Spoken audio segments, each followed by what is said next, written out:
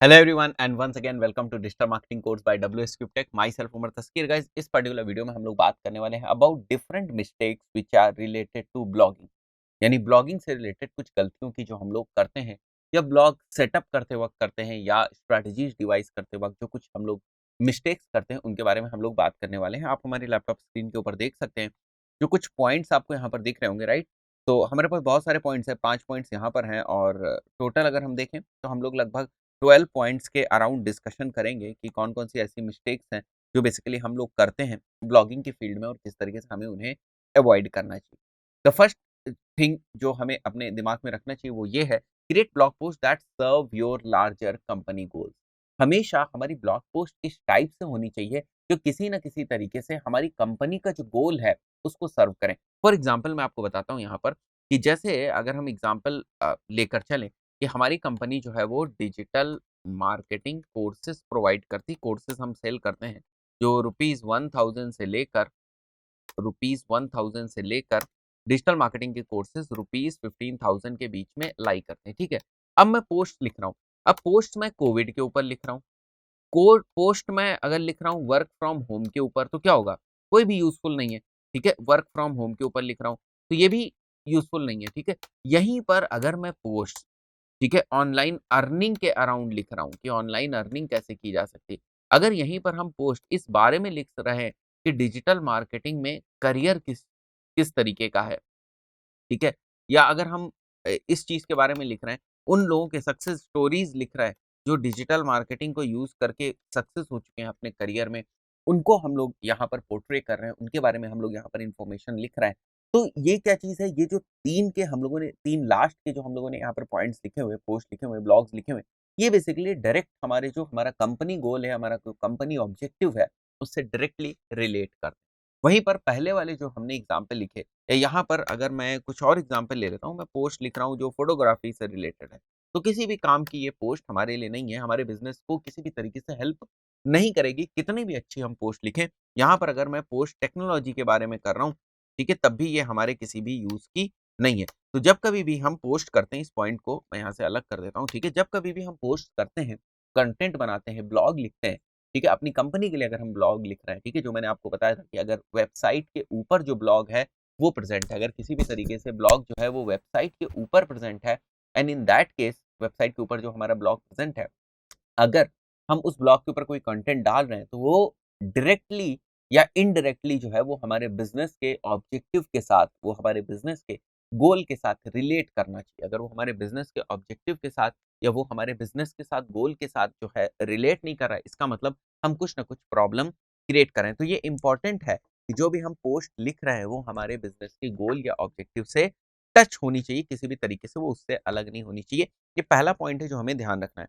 Second is identify what resonates with your audience. ये भी आपको देखना है। देखो, ये आइडिया आपको लग जाएगा जब आप कुछ पोस्ट कर चुके होंगे, तो आप समझ जाएँगे कि आपकी ऑडियंस के पॉइंट ऑफ व्यू से कौन-सी पोस्ट इम्पोर्टेंट है। आपके जो ऑडियंस है वो किस कैटेगरी की पोस्ट को ज़्यादा लाइक करते हैं, ज़्यादा शेयर करते हैं, मतलब किस टाइप की पोस्ट के ऊपर उनका एंगेजमेंट ज़्यादा है। जिस भी टाइप की पोस्ट के ऊपर उनका एंगेजमेंट ज़्यादा होगा, आप कोशिश करोगे कि आपके आगे आने वाली जो पोस्ट हैं, आने वाला जो कंटेंट है, वो आप उन्हीं पोस्ट के अराउंड बनाओ, उन्हीं टॉपिक्स के अराउंड बनाओ, ठीक है? तो इसके लिए आपको अपनी ऑडियंस को एक बार बहुत अच्छी तरीके से समझना होगा कि अभी जो हमारी वेबसाइट के ऊपर ऑडियंस आ रही है, वो है कैसी वेब ऑडियंस, राइट? इसके अगर हम मेजर पैरामीटर्स की बात करें, थोड़े से वाइटल पैरामीटर्स की बात करें कि ऑडियंस के वाइटल पैरामीटर्स हमें कहाँ से पता चलेंगे, तो एक तो हमें गूगल एनालिटिक्स से पता चल जाएगा कि गूगल एनालिटिक्स के थ्रू हमें पता चलेगा, अच्छा इस एज ग्रुप के लोग आ रहे हैं, इन जो सोर्सेज़ हैं, इनसे हमारी वेबसाइट के ऊपर आ रहे हैं, इन लोकेशन से आ रहे हैं। तो एक बार हमें एक जनरल परसेप्शन हो जाता है कि अच्छा इस टाइप की जो ऑडियंस है, वो हमारी वेबसाइट के ऊपर आ रही है। तो एक तो हमारा ये जो है डेटा बन गई, या हम कहें कि ये इन्फॉर्मेशन हमें मिल गई कि हमारी वेबसाइट पर यूज़र्स आ कहाँ से रहे हैं, ये कहाँ से आ रहे हैं और कौन से यूज़र्स आ रहे हैं। तो ये एक इन्फॉर्मेशन हमारी हो गई। अब जो सेकंड लेयर ऑफ इन्फॉर्मेशन हमें मिली, वो ये मिलती है कि ये यूज़र्स आ रहे हैं, बट ये यूज़र्स एक्टिविटी क्या कर रहे हैं? किन पेजेज़ के ऊपर जा रहे हैं? ये पेज नंबर 1 है, इसके ऊपर गए, ये पेज नंबर 2 है, इसके ऊपर गए। पेज नंबर 1 के ऊपर हमने देखा बाउंस रेट ज़्यादा है, मतलब वहाँ पर लोग आते हैं तो तुरंत बाहर निकल जाते हैं। पेज नंबर 2 पे हमने देखा, तो वहाँ पर हमने देखा बाउंस रेट कम है, मतलब लोग आ रहे हैं, रुक रहे हैं, पेज को पढ़ रहे हैं, ज़्यादा स्क्रॉल कर रहे हैं। ये सारी चीज़ें वो लोग कर रहे हैं। तो हमें समझ में आया कि इस लोकेशन के लोग पेज नंबर 2 टाइप के कंटेंट को जो है स्टडी कर रहे हैं। तो हम लोग देख सकते हैं कि पेज नंबर 2 में जो हमने कंटेंट लिखा है उसमें क्या चीज़ें ऐसी हैं जो पेज नंबर 1 से अलग हैं। यानी कि एक ही टाइप की ऑडियंस जो हमारी वेबसाइट के ऊपर आ रही है, एक ही शहर से, एक ही एज ग्रुप के, एक ही डेमोग्राफिक्स की, एक ही चीज़ को लाइक करने वाली ऑडियंस अगर हमारी वेबसाइट के ऊपर आ रही है, तो एक पेज के ऊपर जो ज़्यादा टाइम बिता रही है, एक पेज के ऊपर जो है वो कम टाइम बिता रही है। तो क्यों? ठीक है, तो पहली जो इन्फॉर्मेशन की लेयर थी वो थी डेमोग्राफिक्स से रिलेटेड। सेकंड जो इन्फॉर्मेशन की लेयर बनी वो बेसिकली उनकी एक्टिविटी हमारी वेबसाइट के ऊपर क्या है उससे बनी। तो इससे हमें पता चलता है कि हमारी ऑडियंस एक्चुअली क्या चाहती है, ठीक है? वो किस टाइप का कंटेंट चाहती है। अब ये चीज़ की एनालिसिस करना स्टार्टिंग में थोड़ा-सा मुश्किल भी हो जाता है और उसके पीछे रीज़न ये है कि इतनी सारी डेटा आपके पास स्टार्टिंग में होती नहीं है। आपका एनालिटिक्स भी उतना स्ट्रॉन्ग जो है स्टार्टिंग में नहीं होता है। तो उस पॉइंट ऑफ व्यू से आपको थोड़ा-सा वेट करना पड़ता है, थोड़ा-सा टाइम जो है स्पेंड करना पड़ता है और जो है आपके विज़िटर्स जब आपकी वेबसाइट के ऊपर आ जाते हैं, तो ये सारी जो चीज़ें हैं, आपके लिए और ज़्यादा आसान हो जाती है कि आप आइडेंटिफ़ाई कर सकते हो इन लेयर्स ऑफ इन्फॉर्मेशन के बेसिस पे। Third is right like you talk. इसका मतलब क्या है? इसका मतलब ये है कि फॉर एग्ज़ाम्पल मैं आपको कोई चीज़ एक्सप्लेन कर रहा हूँ, तो मैं जिस टाइप के मैं एक्सप्रेशंस अपने वर्ड्स में देखो एक्सप्रेशंस हमेशा फेस में नहीं होते हैं, एक्सप्रेशंस जो है हमारे वर्ड्स में भी होते हैं, ठीक है? जैसे अगर मैं लिख रहा हूँ हेलो और सेकंड जो स्टेटमेंट है हेलो हाउ आर यू? तो ये 2 अलग-अलग चीज़ें हैं, ठीक है? तो आप अपने वर्ड्स को किस तरीके से लिख रहे हो, वर्ड्स को किस तरीके से यूज़ कर रहे हो, ये नेचुरल होनी चाहिए। ऐसा लगना चाहिए कि आप जो है टॉक कर रहे हो, बात कर रहे हो, ठीक है? आप कनेक्ट हो अपनी ऑडियंस के साथ। ऐसा वहाँ पर लगना चाहिए कि आप अपनी ऑडियंस के साथ बिल्कुल कनेक्ट एस्टैब्लिश किए हुए हो। आप उनको पॉइंट कर रहे हो, पर्सनलाइज़्ड जो चीज़ें हैं उनको आप जो है कर रहे हो, ठीक है? जैसे अगर आप ईमेल देखते होगे, तो कई बार आपके पास ईमेल आता होगा उसमें आपका नाम लिखा होता है, हेलो जैसे मेरा नाम उमर है तो वहाँ पे लिखा होता है hello Umar, hope you are doing well और उसके बाद वो अपनी मार्केटिंग की बात करते हैं, जो ईमेल के अंदर कंटेंट होता है उसकी बात करते हैं, ठीक है? या hello Umar there is a special offer for you शब्द क्या है?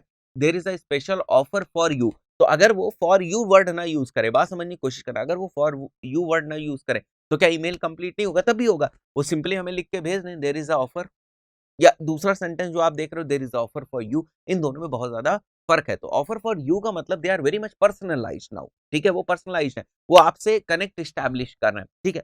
तो राइट लाइक यू टॉक बिल्कुल नेचुरल वे में जैसे आप बात करते हो, ठीक है? जैसे आपके बात करने की टोन होती है, आप कोशिश करो कि आप वैसे ही जो नेचुरल लैंग्वेज है, उसमें आप लिखने की कोशिश करो, आप उसको बनावटी मत करो, ठीक है?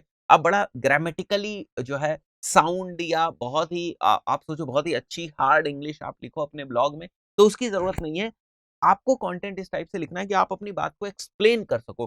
तो जब मैं बात करता हूँ, जब कोई भी बात करता है, तो जो एक्सप्लेन करने का एलिमेंट है वो उसमें ज़्यादा हो जाता है या जो एक्सप्लेनेशन का पार्ट है वो ज़्यादा इन्वॉल्व्ड हो जाता है, ठीक है? मैं किस तरीके से समझा रहा हूँ, एग्ज़ाम्पल्स फिर दे रहा हूँ। तो ये सारी चीज़ें जिस तरीके से नेचुरली आप टॉक करते हैं, बात करते हैं, आपको अपने ब्लॉग का कंटेंट जो है वो भी उसी टाइप से लिखना है, ठीक है? तो ये भी एक पॉइंट है हमारा, दिस इज़ पॉइंट नंबर 3 जिसको आपको ध्यान रखना है। 4th is start with a very specific working title. देखो, टाइटल के साथ बहुत ज़्यादा एक्सपेरिमेंट करने की ज़रूरत नहीं है। मैंने आपको बताया कि टाइटल्स में हमें क्या चीज़ों का ध्यान रखना है, देख सकते हो मैं यहाँ पर लिख रहा हूँ, जैसे टाइटल में आप नंबर्स लिख सकते हो, ठीक है? नंबर्स, जैसे मैं बता रहा हूँ यहाँ पर हम लोग यहाँ पर इसको लिखते हैं, जैसे मैं लिखता हूँ टॉप 10 ठीक है? Tips to run Google ads, ठीक है? 7 strategies of making good creative, ठीक है? 10 ways of selecting audience in Facebook ads, right? तो ये मैं सारे क्या लिख रहा हूँ गाइज़, ये सारे मैं पॉइंट्स लिख रहा हूँ और इन सारे टाइटल्स में क्या है, आप देखोगे तो इन सारे टाइटल्स में मैंने नंबर्स का यूज़ किया है, ठीक है? तो आपको कुछ चीज़ें जो है उनका ध्यान रखना है, जैसे आप नंबर्स का यूज़ कर सकते हैं। सेकंड केस में गाइज़ हम लोग क्या कर सकते हैं, सेकंड केस में हम व्हाट या व्हाई वाले टाइटल्स को यूज़ कर सकते हैं। जैसे व्हाट इज़ नहीं, हाउ या व्हाई वाला अगर हम लोग बोलें तो ज़्यादा अच्छा है, ठीक है? तो हाउ के भी देख लो, हम लोग बहुत सारे एग्ज़ाम्पल्स हमें मिल सकते हैं। How we create audience in Facebook ads, okay? How we create Google Google यहाँ पर लिख सकते हैं मैनेजर्स अकाउंट और why do we need okay Google manager account. तो ये सारे आपके जो हैं यहाँ पर टाइटल्स के एग्जांपल मिल रहे हैं। Why digital marketing is is a must have skill for marketers in 2020. ठीक है, why digital marketing okay is getting so much attention and popularity, right. तो ये सारे पॉइंट्स आप देख रहे हो, ठीक है, ये सारे पॉइंट्स हैं। तो ये क्या है, हाउ वाई। तो आपको जनरल बहुत ही बेसिक जो हमारे टाइटल्स होते हैं उनके ऊपर फोकस रखना है। टाइटल्स कैची जरूर हो, उसके लिए क्या पॉइंट्स हैं, या तो हाउ वाले टाइटल होंगे, या वाई वाले टाइटल होंगे, या तो नंबर्स वाले टाइटल्स होंगे, ये सारी चीजें होंगी, ठीक है। नंबर्स होंगे या और भी कैची वर्ड्स होंगे, बट बहुत ज्यादा एक्सपेरिमेंट करने की जरूरत नहीं है। टाइटल्स के साथ, बेसिक्स के साथ हमें स्टिक रहना है, ठीक है। This was our point number 4। Use a specific post type, create an order outline and use headers. ये चीज जो है वो स्ट्रक्चर से रिलेटेड है, जो बहुत से लोग गलती करते हैं, ठीक है। प्रॉपर आउटलाइन होनी चाहिए। आउटलाइन मतलब आप इंट्रोडक्शन से शुरू करोगे। जैसे मैं अगर बात करूं एसईओ की, मेरे को एसईओ के ऊपर ना ब्लॉग लिखना है, तो मैं क्या करूंगा, पहले व्हाट इज एसईओ, ये हमारे इंट्रोडक्शन में आ जाएगा, ठीक है। इंट्रो में क्या क्या चीजें आ जाएंगी, एसईओ क्या होता है, ठीक है। एग्जाम्पल्स ऑफ एसईओ आ जाएंगे, नहीं एग्जाम्पल्स नहीं आएंगे यहाँ पर, व्हाट इज एसईओ आ जाएगा, ठीक है, व्हाट इज एसईओ आ जाएगा, ठीक है। और टाइप्स भी आप चाहो तो इंट्रोडक्शन में आप कवर कर सकते हो, ठीक है, टाइप्स ऑफ एसईओ। और उसके बाद जो है हम लोग यहाँ पर जब बॉडी में आएंगे तो और डिटेल में हम लोग जाएंगे। इंट्रो में वाई वाई भी आ जाता है, वाई वी डू एसईओ, ये भी आ जाएगा, ठीक है। बॉडी में how how we do SEO, तो ये वाला जो सेक्शन है ये हम बॉडी में डालेंगे। तो पहले हमने बताया एसईओ क्या है, एसईओ के टाइप्स क्या हैं, क्यों करते हैं हम एसईओ, इसका भी हम लोगों ने बात करी। उसके बाद बॉडी वाले सेक्शन पे आए, ठीक है। कंटेंट की हम बात करेंगे, कंटेंट में क्या क्या चीजें होंगी। तो बॉडी वाले सेक्शन में हाउ वी डू एसईओ, तो कंप्लीट प्रोसेस आ जाएगी। तो ये वो वाला एरिया होगा जहां पर हम अपना मैक्सिमम कंटेंट लिखेंगे, ठीक है। और उसके बाद यहाँ पर कंटेंट लिखेंगे और इसमें हम लोग क्या यूज करेंगे, इमेजेस यूज करेंगे, इन्फोग्राफिक्स यूज करेंगे, ठीक है। ग्राफ भी हम यूज कर सकते हैं। ग्राफ अगर बनाने में आपको प्रॉब्लम हो रही है तो आप पीपीटी के ऊपर बना लो ग्राफ, और यहाँ पर स्क्रीनशॉट वगैरह लेके आप लगा सकते हो, तो आप ग्राफ्स यूज कर सकते हो, ठीक है। उसके बाद जो लास्ट पार्ट होता है वो कंक्लूजन का होता है। Then we are basically giving it a shape. और इन सब में जब हाउ वी डू एसईओ करेंगे तो यहाँ पर बड़ी सारी हेडलाइंस भी होंगी, ठीक है। एसईओ कैसे करते हैं, जैसे ऑन पेज एसईओ में क्या क्या स्टेप्स होंगे, तो वो सारी आपकी जो है हेडलाइंस होंगी। उसके बाद ऑफ पेज एसईओ में क्या क्या हमारे स्टेप्स होंगे, उसमें भी आपकी जो है सारी हेडलाइंस होंगी, ठीक है। तो हम क्या बात कर रहे हैं, हम बात कर रहे हैं प्रॉपर स्ट्रक्चर को प्रोवाइड करने की, हम बात करें प्रॉपर स्ट्रक्चर देने की। तो वहीं पर ये पॉइंट आप देख सकते हो लिखा हुआ है, use a specific post type, ठीक है। एक एक फॉर्मेट, एक स्टैंडर्ड यूज करना है। क्रिएट एन आउटलाइन, मतलब ऐसा ना लगे कि यहां से शुरू कर दिया हमने, ठीक है। हम जो है अपनी पोस्ट को यहां से शुरू कर देते हैं, तो this is not a good thing, ठीक है। अगर एसईओ के बारे में कंप्लीट गाइड आप एसईओ की लिख रहे हो, कंप्लीट इंफॉर्मेशन आप लिख रहे हो एसईओ की, इन दैट केस आपको क्या करना है, यहाँ बेसिक से, ठीक है, बेसिक से आपको शुरू करना है। ऐसा नहीं है कि बिल्कुल यहाँ से टॉप, यहाँ से आपने शुरू कर दिया, ठीक है।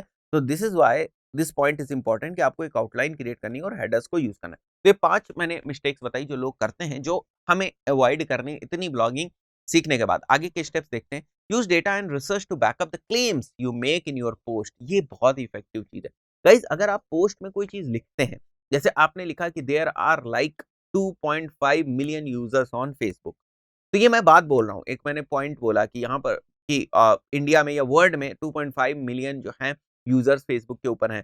तो इस फैक्ट को हम बैकअप कैसे करेंगे, ठीक है। कोई डेटा हमें देनी पड़ेगी, ठीक है, कोई ऐसा जेन्युइन सोर्स हमें वहां पर बताना पड़ेगा। तो यहाँ पर अगर मैं पॉपुलेशन की बात करूँ, जैसे फॉर एग्जाम्पल मैंने कहा कि India population is somewhere around 135 crore, ठीक है, 135 करोड़। तो ये इस चीज को बैकअप के लिए, इस चीज को प्रूफ करने के लिए हमारे पास कोई डेटा, कोई फैक्ट, कोई ऐसी चीज होनी चाहिए जिसके बेसिस पे हम इस चीज को प्रूफ कर सकें। तो वो क्या है, वो है इंडियन न्यूज़पेपर्स। तो अगर किसी इंडियन न्यूज़पेपर ने कहा है, वो है इंडियन मीडिया, वो है जो पॉपुलेशन को, इंडिया में जो पॉपुलेशन को मेजर करने वाली गवर्नमेंट की बॉडी है, उसकी स्टेटमेंट या उसकी वेबसाइट का screenshot.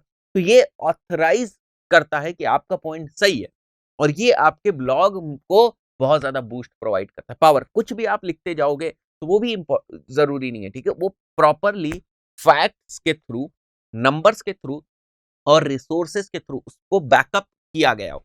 Then 7th point is use examples to back up why you are saying is important, ठीक है। एग्जांपल, जैसे मैं आपसे कहूं कि हमें कीवर्ड्स को जो है यूज करना चाहिए टाइटल में, then I should also mention कि मुझे क्यों कीवर्ड्स को यूज करना चाहिए टाइटल में, तो उसका भी आंसर होना चाहिए। तो ये वो सारी चीजें हैं जो हम कंटेंट प्रिपरेशन के दौरान ध्यान में रखेंगे जिस वक्त हम अपना ब्लॉग लिख रहे होंगे। ये सारी चीज लोग नहीं करते हैं, तो केवल कंटेंट से भर देना ही सब कुछ नहीं है। अब आप इस चीज को समझ रहे होंगे बहुत अच्छी तरीके से कि जब हम ब्लॉगिंग की बात करते हैं तो बड़ी सारी चीजें एक साथ काम करती हैं। हम एक चीज के ऊपर रिलाई नहीं कर सकते, ठीक है। Use WordPress not blogger. तो बड़े सारे लोगों का कंफ्यूजन रहता है कि सर यहाँ पर ब्लॉगर भी तो हमें जो है वेबसाइट बनाने की फैसिलिटी जो है वो प्रोवाइड करता है, ठीक है, यानी कि ब्लॉग बनाने की फैसिलिटी तो प्रोवाइड करता है, ऊपर से गूगल का भी है। तो यहाँ पर हमें उतना ज़्यादा एक्सपोजर नहीं मिलता है, यहाँ पर हमें उतना ज़्यादा कंट्रोल नहीं मिलता है। तो ये हाईली रिकमेंडेड है कि आप वर्डप्रेस के ऊपर जाएँ। वर्डप्रेस की जो बहुत सारी थीम होती हैं, वो एसईओ ऑप्टिमाइज्ड होती हैं ऑलरेडी, और बहुत ही अच्छे लेवल पर आप कस्टमाइजेशन कर सकते हैं वर्डप्रेस में। वर्डप्रेस इज सो एडवांस, ठीक है, वो ब्लॉगर से काफ़ी ज़्यादा एडवांस है। तो मेरी रिकमेंडेशन आपके लिए यही होगी कि आप स्टार्ट करेंगे वर्डप्रेस से, नॉट फ्रॉम ब्लॉगर, राइट। तो अगर आपके दिमाग में ये कंफ्यूजन, बहुत सारे लोग जो हैं वो स्टार्ट कर देते हैं ब्लॉगर से, बट अपने को ब्लॉगर से नहीं स्टार्ट करना है। हम लोग को कहाँ से स्टार्ट करना है गाइस? हम लोग को स्टार्ट करना है वर्डप्रेस से, ठीक है। आगे बढ़ते हैं। एंड बी कंसिस्टेंट, ये पॉइंट है। And then don't use much plugins, use only required plugins. देखो प्लगइन्स बड़ी ही फैसिनेटिंग होती है। कहने का मतलब ये है कि प्लगइन्स जो है ना, वो बहुत से हर वर्क के लिए आपको प्लगइन मिल जाएगा। कोई भी एक्टिविटी करनी है आपको, उसके लिए आपको प्लगइन जो है वर्डप्रेस में अवेलेबल है, तो आपको बहुत सारा काम कोड से या उस चीज़ से नहीं करना पड़ता है। बट प्लगइन्स जो हैं, देखो थर्ड पार्टी प्लगइन्स 2 तरीके के रिस्क क्रिएट करती हैं। एक तो वो हमारी थीम को डैमेज कर सकती हैं, यानी कि हमारी वेबसाइट को भी डैमेज कर सकती हैं। थर्ड पार्टी प्लगइन्स होती है तो हम ये नहीं कह सकते कि हम 100% उनके ऊपर रिलाई कर सकते हैं। ये चीज़ बिल्कुल ही वैसी जैसे आप अपने मोबाइल में बड़ी सारी जो है ऐप्स, एंड्रॉइड में अगर आप बड़ी सारी ऐप्स जो है वो डाल दें और बिना मतलब के ऐप्स डाल दें, जो जेन्युइन नहीं है, किसी भी पर्पज़ के लिए आपने ऐप की वो आपने डाल दी, तो क्या करेंगे, वो ऐप्स आपकी कुछ ना कुछ डेटा लेती रहती हैं, परमिशंस लेती रहती हैं। इसीलिए रिकमेंडेड होता है कि आप जो है थर्ड पार्टी ऐप्स को उतना ज़्यादा ना यूज़ करें। अगर रिक्वायरमेंट है, एक्चुअल में अगर रिक्वायरमेंट है, तभी आप यूज़ करें, अदरवाइज़ आप थर्ड पार्टी ऐप्स जो हैं एंड्रॉइड की, उनको अवॉइड करें।